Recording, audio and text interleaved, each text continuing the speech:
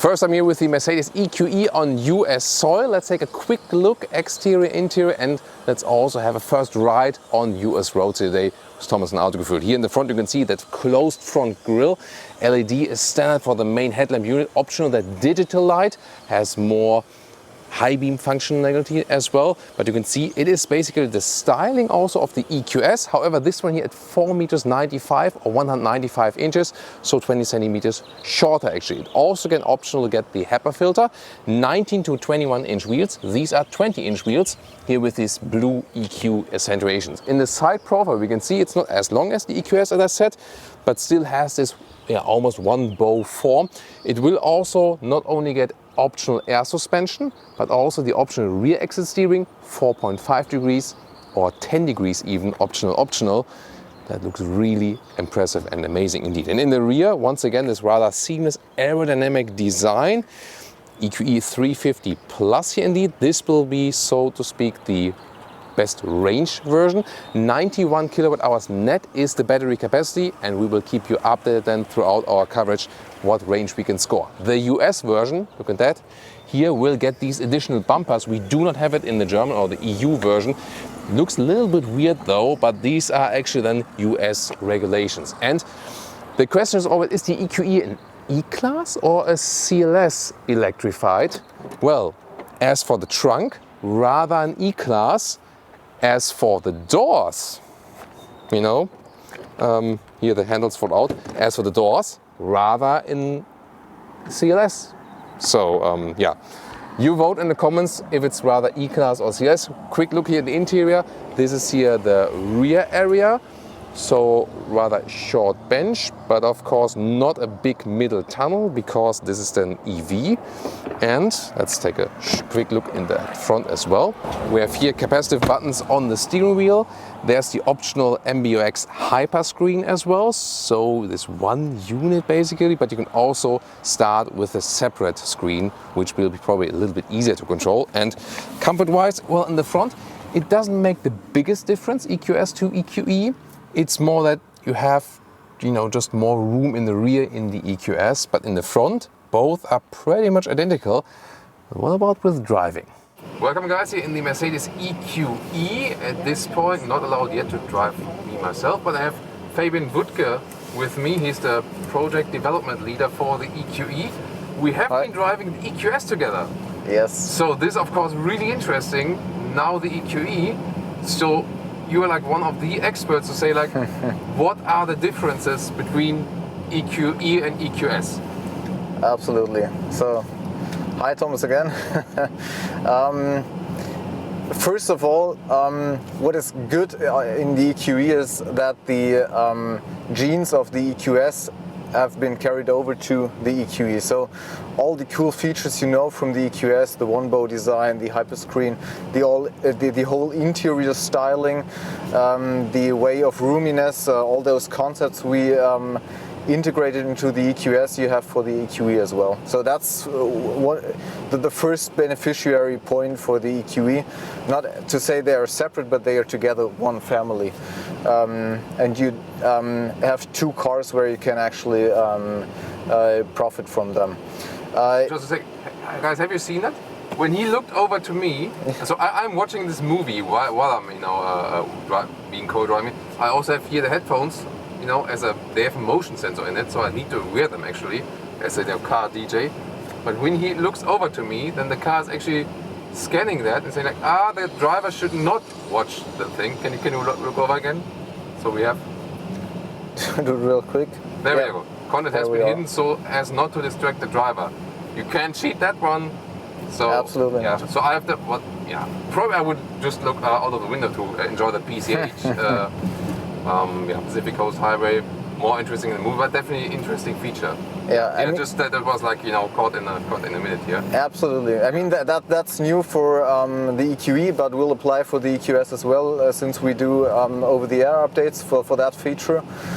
We were talking with the authorities in the US and in Europe, and both acknowledged what we did here. We have two cameras watching my eyes and exactly differentiating if I'm looking at this display or at this display for a specific amount of time, and if I look too long at what you're at the interesting movie you're seeing right there, it will automatically fade out as we just have seen it here. You were just beginning to say, okay, this is like the EQS, EQE family, and they have this in common. Yeah. But what is the difference? Okay, so one obvious difference is this car is shorter. As the EQS was 521 meters long, this one is 494 long, so it's pretty exactly like an E-Klasse. Or CLS. Or a CLS, exactly. But it,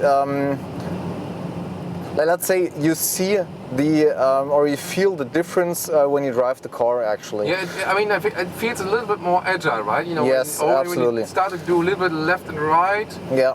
Well, do we have rear axle steering? Of course we have, yeah. We have it for the EQEs, we have it as an option. And it's for us an absolute, let's say, feature to offer for all the city agility where you really see the positive effects. This car is long as well, and if you don't have rear axle steering, you will have a turning cycle of 12.5 meters, and with the 10 degrees rear axle steering you actually hit the 10.7. Which is for a car of that size also very like impressive. A small car. Absolutely, circle. Absolutely, yeah. But I mean, like the degrees, how the rear wheels can turn, are they the same EQE and EQS, or do they differ? You have two variants. It's the one variant is the 4.5 degrees, and the, let's say, large scale is the 10 degrees. That's the same as in the EQS. Yeah, that's the same. Absolutely, yeah, absolutely. Remember it correctly, yeah. Yeah. My brain is not getting old yet. It will. Good proof. Yeah. Absolutely. No, it's that is the same. Also, pretty much the exact genes and the technique we use behind it, and of course our wheel distance is a little bit shorter, exactly 9 centimeters here, and you see that of course for in terms of result for the turning cycle, as we have 20 centimeters, even less for the EQE compared to the EQS. But there is this thing, hardware-wise, it is already inbuilt, but then you have to if you choose the option, yeah. I mean, that's like from a customer perspective, it's like, really? I mean, are we in like some online gaming where I have to unleash the extra sword for some bitcoins or something? It's I mean, no, some customers don't need it and don't want it, or say 4.5 degrees, because 10 degrees of course is a very let's say extreme way, and not everybody needs that very small turning cycle, so we leave it up to the customer. If he chooses later to actually unleash that, he is very welcome to do so. I mean, the advantage is that the used car buyer later on can unleash features, exactly. which the other first one maybe didn't want to spend or something. It's really interesting comfort also over these humps, We have air suspension in here? And we have a steel suspension. Actually, this is a US car, where steel suspension is a little bit more rare. Air suspension. Yeah. But you can get air suspension optional, right? Yeah. But I mean, even the steel suspension here feels really good. It's like, feels really good. Absolutely. I mean, does it have adaptive elements already? This one not. But it's first of all, it's a question of how do you make your application in the car. And let's say we have a lot of very good experts in terms of driving comfort. And this is one result. Yeah, but it feels really comfortable considering it's not an air suspension. I was almost fooled, and we have 20-inch wheels here today mounted, so these are even not the smallest wheels. Absolutely. You can have 19-inch rims as well, but these are the 20-inch rims. We have also a 21-inch. Can you show us a turning circle here? Yeah, sure. Was it probably too large here. Do we have the 10 degrees here? Yeah. Wow, cool. This is not really a challenge, actually. That's nice. So one thing I did want to talk about also is the creep function and the recuperation modes, because we had that in the discussion earlier with the first EQE video. What about the creep function? You can activate it here actually. That's right. Now we didn't activate it, so the car is practically in a standstill. Just we are downhill. Yeah, downhill, so it's not, yeah. let's say 100% still, but I'm actually not doing anything. We're downhill and the car isn't moving. So if I now put the pedal, we start to bring it to roll, and now it's gonna roll down because we're downhill, so I can go not from stronger recuperation. I'm doing nothing and the car comes to a standstill. So if I'm now hitting it back again, so that's the one pedal drive feeling we have. So going back from the pedal, so it is possible. Coming to a standstill. Absolutely. Yeah. So it's let's say a combination. The creep mode says if you're the automatic let's say acceleration does not lead you to roll more, the car will come to a standstill. So now it's like even, and I can accelerate a little bit. If I'm now in D-, it will automatically get me the strong recuperation and I'm coming to a standstill. So you can have a one pedal driving with this vehicle? Absolutely, with standstill, yes. But is it like when I deactivate the creep function, is that also safe that it stays in the startup? No, then it will start to creep. That's exactly the difference. If you have creeping, the car will creep, definitely. But I mean, like when I at the moment it's deactivated. Yeah. When I now shut down the vehicle and then start it up again, will it remain deactivated? Yeah, it will be persistent. Yeah. If you once have the creep function deactivated, it stays deactivated. Okay. So if you like to have that feeling, it's also a, let's say, different personal preference in terms of how you park the car, because now then you have to push a little bit more if you want to come forward. But that is a personal preference that you can choose, and that stays in the car. But it's different with the recuperation modes. Maybe you can show us the different recuperation modes here. Yeah, absolutely. I mean, it's a little bit interesting downhill. I mean, the first one is no recuperation, so it's just rolling. Yeah. If I have normal recuperation, you see a little bit or feel it a little bit. Now, if you have the strong recuperation, even downhill, the car comes to a standstill. Yes. As I have the creep function deactivated. But that is resetted when we hit start-stop. The recuperation mode. Yes, that's true. Because the car has been certified and homologated with the normal recuperation, because you are let's say changing things in the car. Because the recuperation, of course, it's a very important aspect of the whole energy. Of the whole energy, let's see, result, and the efficiency you get. Yeah, sure.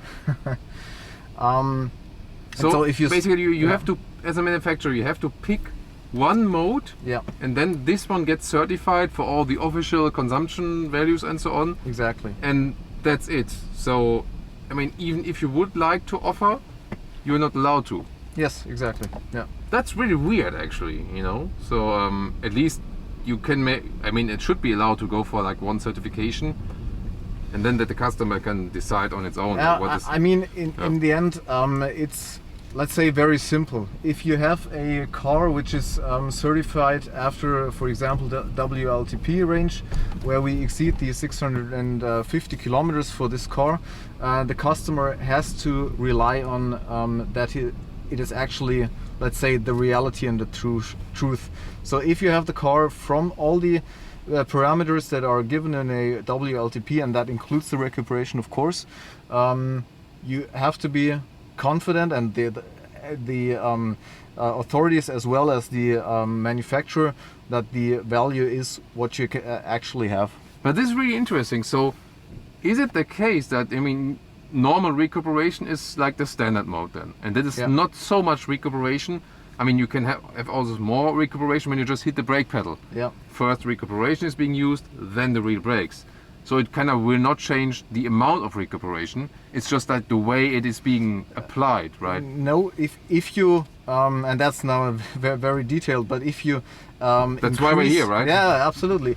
If you increase the recuperation, you increase for the WLTP stocks. Now let me see that I'm right here.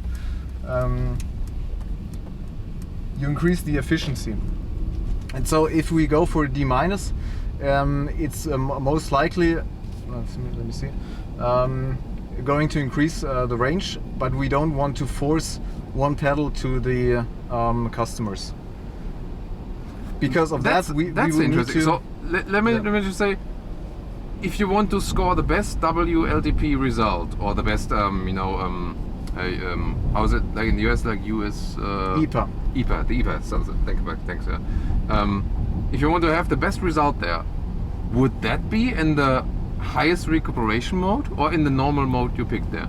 In the highest recuperation mode. Yeah. Interesting. So why don't you do that? Because we don't want to force things to the customer, and most of the customers are, let's say, at least not familiar with one pedal driving. Oh, okay. And to be honest, me personally, I wouldn't do that. I wouldn't like that. I would always switch back. Let's say I like to recuperate when I want to. I'm more like having the personal preference, and let's say activating the brake pedal when it's needed in a forecasting way. And I don't want to be brought to zero once I lift my my foot off the gas pedal. So guys, just that we get that straight. So the manufacturer actually has to pick one standard mode by law, and it can either be like the strong recuperation one pedal driving feeling, or a rather rolling mode, and then you have recuperation rather on demand with the brake pedal. The thing is, which one do you prefer actually? Which one would you rather drive? I guess it's really the thing, when you have more transition customers, they're more used to a little bit more rolling.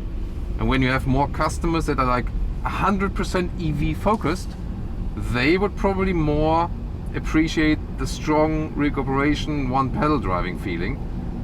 But then basically, I mean, when you want to have a certain recuperation standard mode, you basically have to pick by manufacturer the car, like, what the manufacturer has decided, right? Yeah. That's weird. I mean, yeah, the law is doing that, but I mean, you do so many things to reach a good consumption rating figure. Wouldn't it be just too easy then to use it in the full recuperation mode, and then you have a higher figure? I mean, probably that's also what Tesla does, right? For us, sorry, you can't comment about Tesla. That was a tricky question, but I'm not here to be very nice. I'm really nice to each other, of course, but yeah, of course, my task is to challenge him. Yeah. For us, for the Mercedes-Benz life, let's say if we go for a very strong recuperation, of course there is a positive effect on the figures, but it's not that you score 30% more or something like that. So it's more like we were questioning ourselves, where do we actually have a benefit for the customers in our cars? What do we have to do, and what are our priority tasks that we set ourselves? And efficiency can be made by a lot of things. And the recuperation is one thing where we try to really balance what the customer most likely want to have. And in the end, the customers have to be satisfied with our cars. And for all the efficiency measures we are taking into account, a very strong lead question is that okay for the customer? For a EV customer, as well as for probably a former ICE customer, as we want to have no, let's say, lack of comfort or something like that. The customer has to feel that he drives a very sovereign car, especially for Mercedes-Benz. It has to be a luxury drive without not. Let's say, if you want to adapt things, you can. But you don't have to. You can just jump into the car and drive and feel safe, feel sovereign. That's what we want to achieve at Mercedes-Benz.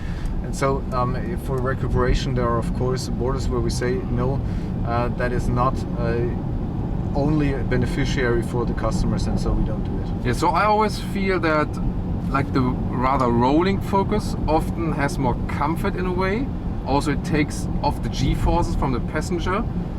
The one pedal driving feeling has the advantage that when you have situations where you want to decelerate anyway, and in the moment you take your foot off the accelerator pedal, you're already decreasing speed before you hit the rear brakes, and that can also be a kind of safety thing. So I can argue for both actually. Absolutely. So he's team rolling. Yes. Are you team rolling or are you team one pedal driving? For me, I'm a little undecided. You know, sometimes I drive the vehicle and say like, one pedal driving is better. Sometimes I drive an EV and say like, yeah, with a little bit rolling, it's more comfortable drive. So I have to say, in this case, I'm really undecided yet. I'm not sure yet which one is better. Sometimes maybe I feel like this, sometimes like this, but yeah, it's really tricky that the manufacturer has to decide. I think it would be better if the law would just allow the manufacturers that everyone can just set like their own standard mode in the infotainment system.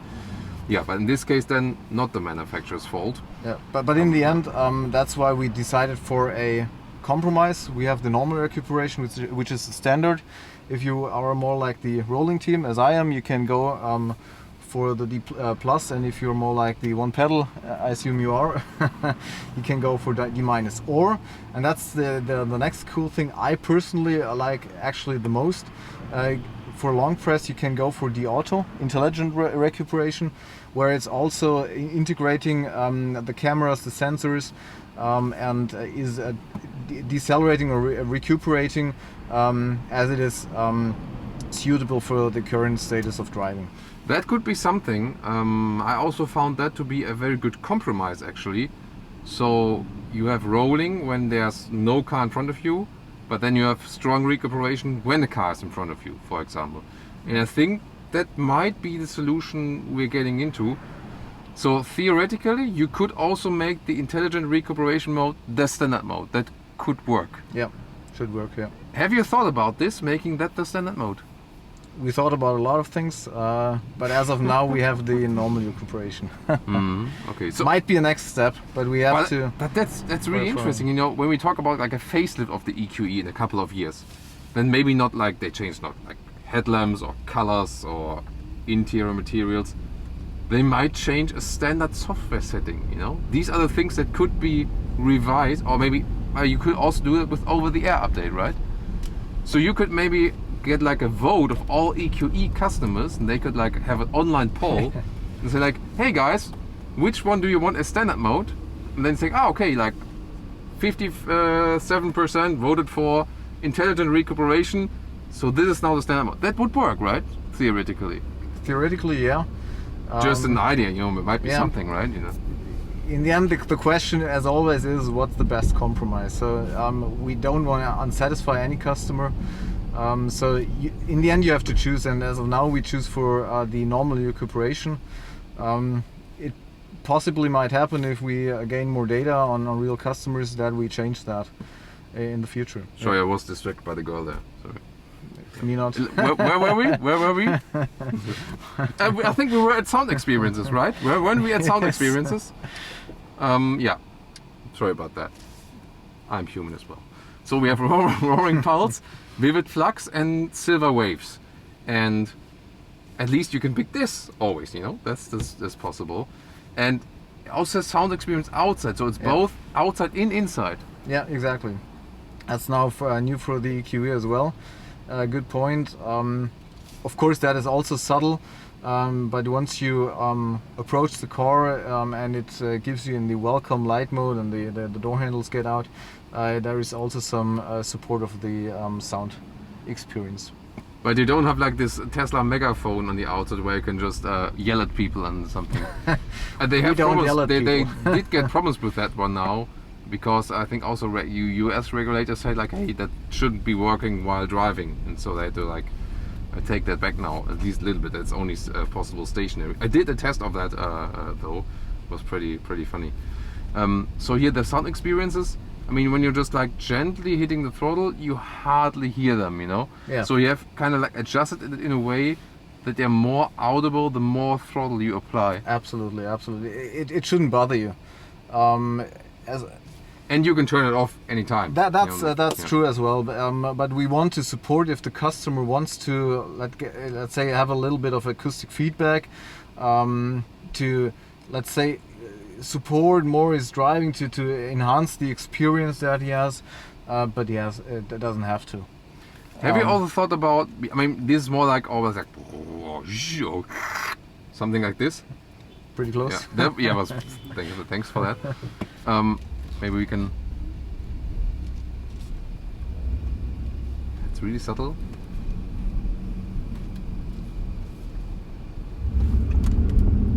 There we go. Maybe I'm not sure if you could pick on roaring pulse, but roaring pulse is more a little bit low frequency. To me, always like silver waves is a little bit easier to pick up actually, because it's a little bit more high frequency. Have you guys actually thought about also to adding like some, I mean, this is more like really sophisticated, planned out, of course fitting to the brand and so on. But did you think about also some fun stuff like, hey, like the AMG sound mode for V8? There's like really like emulating V8 sound. Maybe show us silver waves now. Yeah, let's try through this. Yeah, that was more audible now, right? Like Yeah.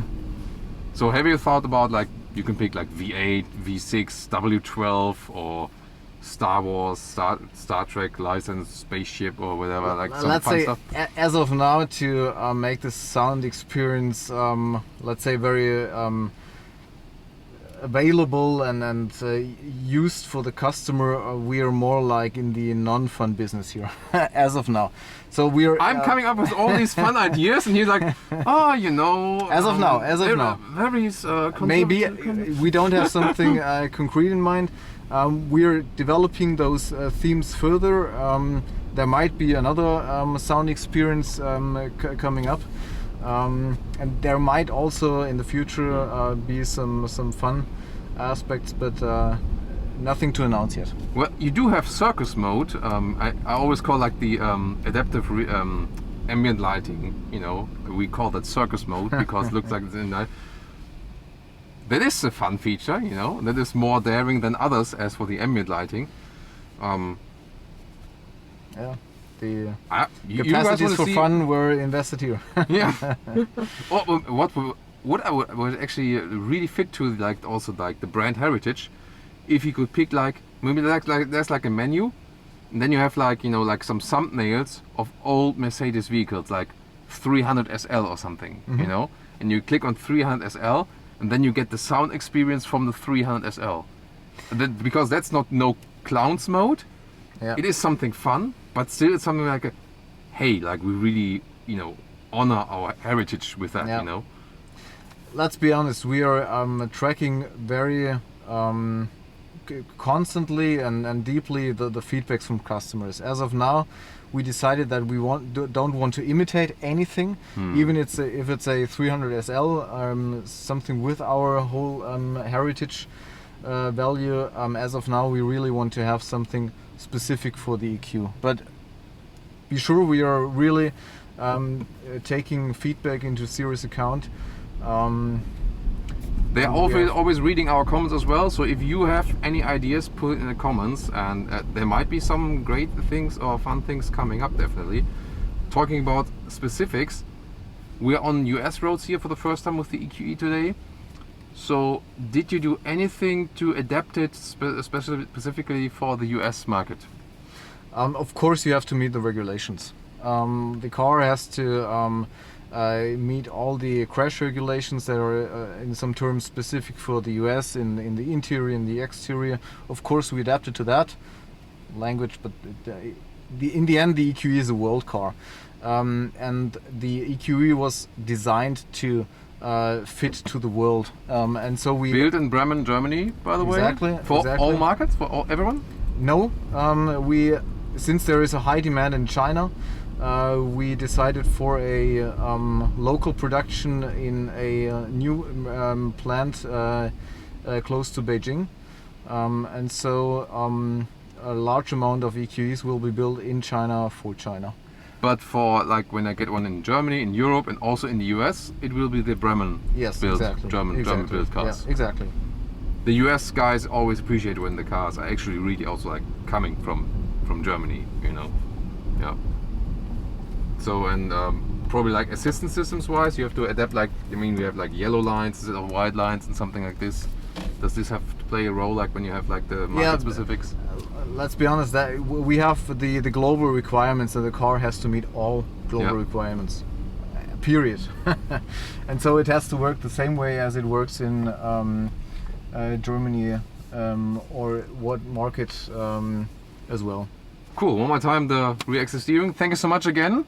And Welcome. if you want to see more specifics about facts and figures, outside, inside, we have a static studio episode of the EQE. If you want to compare the EQS, we also have it for you. And next time we will switch seats and then I'm also driving that thing. That might be fun.